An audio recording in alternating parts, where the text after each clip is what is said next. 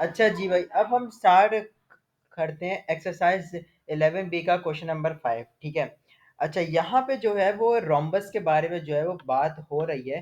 तो रोम्बस के बारे में जब बात हो रही है तो यहाँ पे कुछ बातें बताना भी इम्पोर्टेंट है। ठीक है। रोम्बस के बारे में बात है। ठीक है। रोम्बस पे मूव ऑन करने से पहले हम मुझे कुछ बातें जो है वो बतानी है। ठीक है। सबसे पहली बात कि जब मैं रोम्बस बनाऊंगा ना, यहाँ पे ये रोम्बस बना देता हूँ मैं, ये बन गया रोम्बस भाई। ठीक है। ये रोम्बस बन गया। अब मैंने बोला कि आपके पास यहाँ से यहाँ तक एक लाइन खींच दो। सही है। अब मैंने कुछ बोला कि ये वाला एंगल और जो ये वाला एंगल है वो क्या है, सेम है, सिमिलर होंगे। ये अगर ए है तो ये भी ए ही होगा। मैंने बोला कि ये अगर 20 है, ये वाला एंगल अगर 20 है तो मैं बोलूंगा ये भी 20 है। ठीक है। इतनी बात समझ आ गई कि अपोजिट एंगल क्या होंगे, इक्वल होंगे। यहाँ भी सेम सीन होगा, यहाँ भी सेम सीन होगा कि ये अगर पूरा 20 है तो ये भी क्या होगा, ये भी पूरा 20 मौजूद होगा। अच्छा, ये वाली बात तो हो गई कि अपोजिट सिमिलर होंगे। अब बात आती है जो असल बात जो है वो मुझे जो डिस्कस करनी है बात। ठीक है। मैंने बोला ये आपके पास है। ठीक है।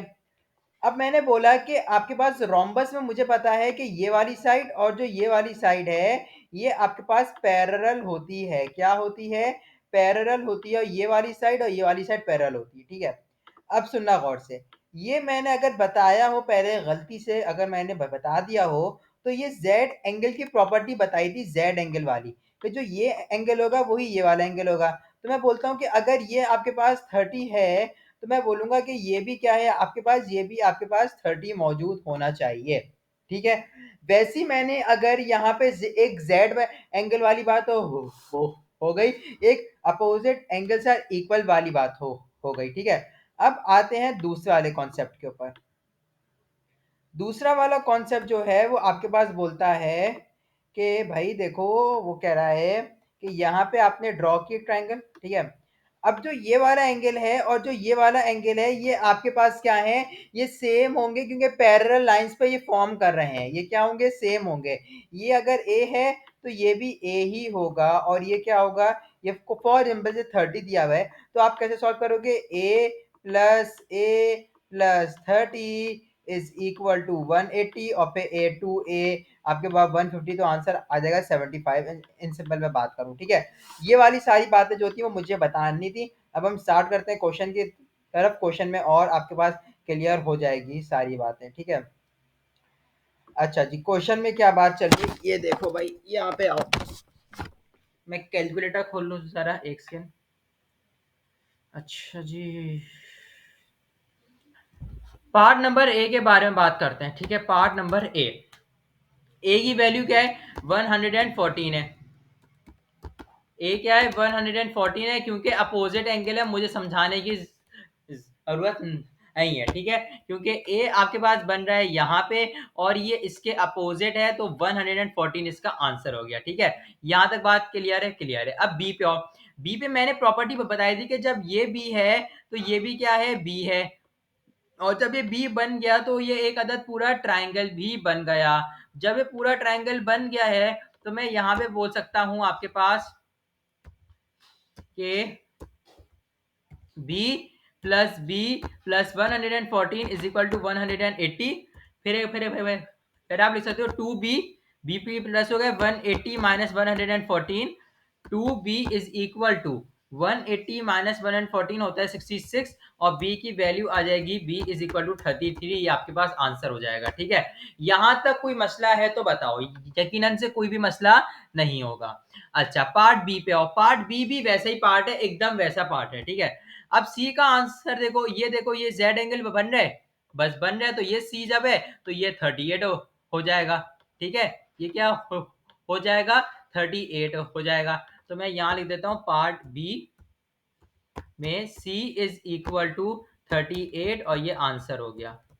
सही है। अच्छा, पार्ट बी में जब ये बात हो गई तो डी का आंसर देखो कि जब मैंने बोला ये 38 है तो ये भी क्या है, ये भी आपके पास 38 है। तो क्या मैं ऐसे लिख सकता हूँ भाई, देखो इस वाली एक्सरसाइज के अंदर कॉन्सेप्ट क्लियर हो तो बहुत आसान एक्सरसाइज है। मैंने बोला D plus 38 is equal to 180। D plus, ये काम करते हैं, D is equal to 180 minus 38 minus 38 is equal, D is equal to, फिर आप आंसर निकाल लो, ठीक है, -38 जो कि आएगा 104, जो है वो डी का आंसर हो जाएगा, ठीक है। यहाँ पे पार्ट बी भी जो है वो आपके पास सॉल्व हो जाता है।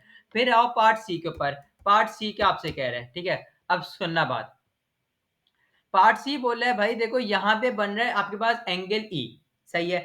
अब ये भी क्या अपोजिट एंगल है, ये देखा जाए तो ये भी जेड जेड एंगल बन रहा है, तो मैं बोलूंगा ई क्या है 42, और जब मैं देखूंगा कि ये भी ई है तो ये भी ई है, तो एफ भी निकल जाएगा। अब सुनना कैसे निकल रहा है, मैंने बोला ई इज इक्वल टू 42 और ये आंसर हो जाएगा। फिर मैंने बोला एफ निकाल ले, एफ प्लस ई करो, प्लस करो ई इज इक्वल टू करो 180, मुझे पता है ई की वैल्यू क्या है 42, तो मैं 2 मरतबा 42 लिख देता हूँ, आपके पास पे कर देता हूँ is equal to 180। F is equal to 180 minus 42 minus 42, F की जो वैल्यू है वो आ जाएगी आपके पास 96, सही है। ये आपके पास एक्सरसाइज वो क्वेश्चन जो है क्वेश्चन नंबर 5 वो आपके पास कंप्लीट होता है। इसके अंदर कोई ऐसा जो है वो हार्ड एंड फास्ट रूल नहीं था, बस आपको कुछ कॉन्सेप्ट याद है कि अपोजिट एंगल्स जो होते हैं वो इक्वल होते हैं, ऑल्टरनेट एंगल बनते हैं जब जेड एंगल आ रहा होता है, और एक ही ट्रायंगल के अंदर जो है वो पैरेलल साइड्स के एंगल्स जो होते हैं वो सेम होते हैं, ठीक है। अब मिलते हैं नेक्स्ट वीडियो में।